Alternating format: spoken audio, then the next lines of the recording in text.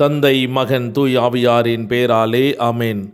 ஆன்ம வழிகாட்டி டிசம்பர் மாதம் 31ஆம் தேதி புதன்கிழமை. புனித சூசையப்பரிடத்தில் நமது குடும்பங்களை அர்ப்பணித்து மன்றாடுவோம்.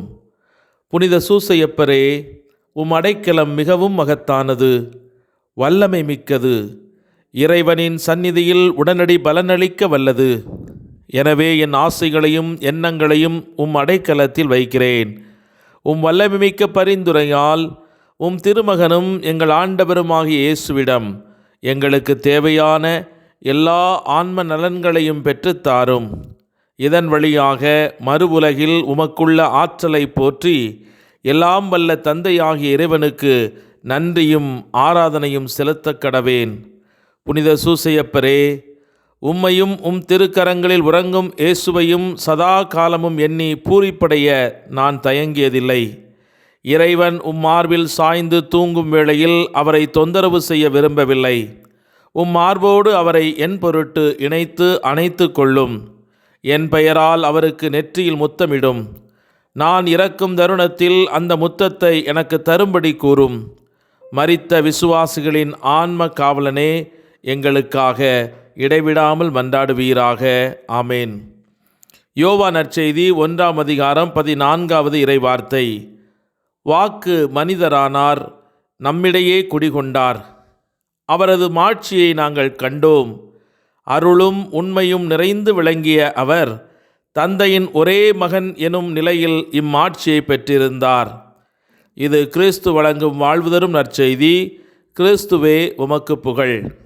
சிந்தனை: விவிலியத்தின் மிகவும் ஆழமான மற்றும் இறையியல் ரீதியாக வளமான பகுதிகளில் ஒன்றாக கருதப்படும் இன்றைய நற்செய்தி மிகவும் ஆச்சரியமூட்டுகிற விண்ணக இரகசியங்களை நமக்கு கற்றுக் கொடுக்கிறது.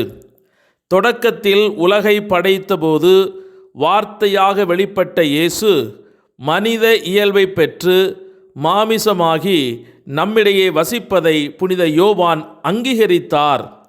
இந்த வார்த்தைகளை முதன்முறையாக எழுதியபோது புனித யோவானின் எண்ணங்களை கவனித்து பாருங்கள். அவர் மாமிசமான நித்திய வார்த்தையுடன் சுமார் 3 ஆண்டுகள் செலவிட்டார்.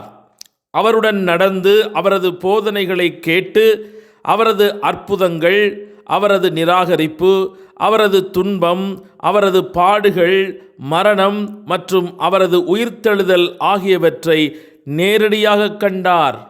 இயேசு விண்ணகத்திற்கு ஏறி பெந்தகோஸ்தே நாளின் போது தூய ஆவியின் ஊற்றுதலை அவரும் அனுபவித்த போது மற்றவர்களோடு அவர் இந்த அனுபவத்திலே பங்கேற்றார். பெந்தகோஸ்தே அனுபவத்திற்கு பிறகு இயேசுவை பற்றிய யோவானின் புரிதல் மிகவும் ஆழமடைந்தது. ஜெபம் மற்றும் நற்கருணை கொண்டாட்டம் மூலம் யோவான் தனது இறைவனை இன்னும் நெருக்கமான மற்றும் மாற்று விதத்தில் தன்னோடு இருப்பதை கண்டுபிடித்தார். நித்திய வார்த்தை பூமியில் இப்போது நடமாடவில்லை என்றாலும் கிருபையால் அவருக்குள் இருந்தது.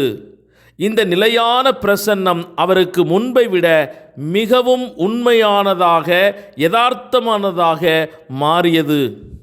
யோவானைப் போலவே அவர் இயேசு கிறிஸ்து நமக்குள் சடங்குகள் மூலமாகவும் ஜெபத்திலும் விவிலியத்திலும் நம் ஆன்மாக்களுக்குள்ளும் தொடர்ந்து வாசம் செய்வதால் நித்திய வார்த்தையை நாம் அறிய அழைக்கப்படுகிறோம்.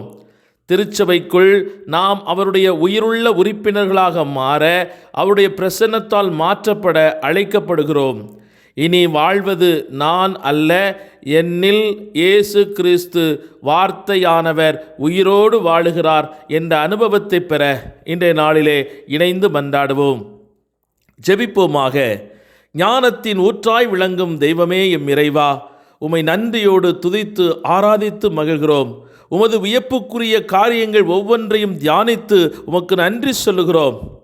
ஆண்டினுடைய இறுதி நாளில் உம்முடைய கிருபையும் இரக்கமும் எங்கள் குடும்பங்களையும் எங்கள் வாழ்வையும் ஆசீர்வதித்து நடத்திய ஒவ்வொரு நாளுக்காக உமக்கு நெஞ்சம் நிறைந்த நன்றிகளை மனம் நிறைந்த அன்போடு சமர்ப்பணம் செய்கிறோம். நாங்கள் விரும்புவதாலோ உழைப்பதாலோ எதுவும் ஆவதில்லை. மாறாக கடவுள் எங்கள் மீது இரக்கம் காட்டுவதாலேயே எல்லாம் நலமாக நடக்கிறது என்று பவுலடியார் ரோமேற்கு எழுதிய கடிதத்திலே சொல்வது போல உம்முடைய இரக்கத்தின் பேராற்றல் எங்களை ஒவ்வொரு நாளும் பாதுகாத்து வழிநடத்தி உயர்த்தியிருக்கிறது. உண்மையாகவே எங்கள் வாழ்நாள் எல்லாம் இந்த ஆண்டு முழுவதும் உமது அருள்நலமும் பேரன்பும் எங்களை புடைசூழ்ந்து வழிநடத்தியதால் நாங்களும் எங்கள் குடும்பத்து உறுப்பினர்கள் யாவரும் அழியாமல் உமது பிரசன்னத்தில் நிலைத்திருக்கிறோம். நானும் ஆண்டவரின் இல்லத்தில் நெடுநாள் வாழ்ந்திருப்பேன் என்று தாவீது அரசர் உம்மை நினைத்து துதித்ததைப் போல இன்று நாங்களும் எங்கள் குடும்பத்தாரோடு இணைந்து உமது அருள் நலன்களுக்காக நன்றி செலுத்துகிறோம்.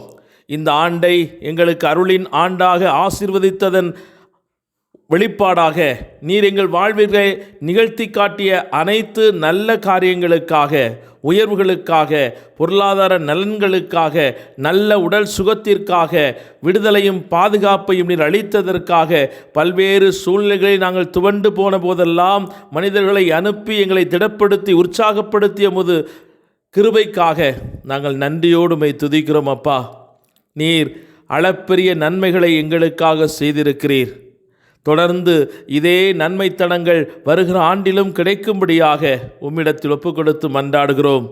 அன்பு ஆண்டவரே, இறை வார்த்தையில் உம்மை கண்டுகொண்டு ஞானம் பெற்று கடவுளுக்கும் மனிதர்களுக்கும் உகந்த பிள்ளைகளாக எமது அன்பு பிள்ளைகள் வாழ, தெய்வ பயத்தில் அவர்கள் உயர, உமது தூய ஆவியினால் அவர்களை ஒவ்வொரு நாளும் அபிஷேகம் செய்து உமது சாட்சியாய் மாற வேண்டும் என்று தாழ்மையோடு எமது பிள்ளைகளையும் பேரப்பிள்ளைகளையும் இந்த சமூகத்தில் எதிர்கால நம்பிக்கைகளாக விளங்கும் இளையோர் இளம்பெண்கள் யாவரையும் உமது கரங்களிலே அர்ப்பணித்து மன்றாடுகிறோம்.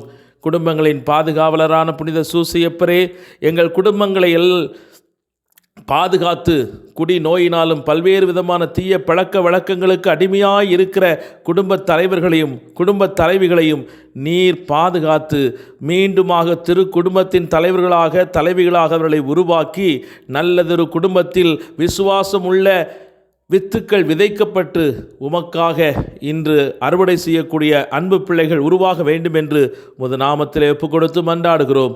இவற்றையெல்லாம் எங்கள் ஆண்டவர் இயேசு கிறிஸ்துவின் மாட்சி மிகுந்த நாமத்திலே உம்மிடத்தில் ஒப்புக் கொடுத்து மன்றாடுகிறோம். எங்கள் ஜீவனுள்ள தந்தையே, ஆமீன். எல்லாமல்ல இறைவன் தந்தை, மகன், தூய் ஆவியானவர் உங்கள் அனைவரையும் நிறைவாக ஆசீர்வதித்து பாதுகாத்து வழிநடத்துவாராக. ஆமீன். இயேசுவுக்கே புகழ், இயேசுவுக்கே நன்றி. மரியே வாழ்க. இயேசு கிறிஸ்துவில் அன்புமிக்க சகோதர சகோதரிகளே, ஆன்ம வழிகாட்டி என்ற அருள் ஊடகத்தின் வழியாக ஒவ்வொரு நாளும் ஆண்டவர் தாமே தன்னுடைய செய்தியை என் மூலமாக உங்களுக்கு அறிவிக்க திருவுளம் கொண்டிருக்கிறார். ஆகவே இந்த ஆண்டு முழுவதும் நீங்கள் என்னோடு இணைந்து செபிப்பதற்கு உதவியாக இருந்த கடவுளுக்கு நன்றி சொல்லி தொடர்ந்து எனது பணிக்காகவும் எனக்காகவும் ஜெபிக்க வேண்டும் என்று உங்களிடத்தில் மன்றாடுகிறேன்.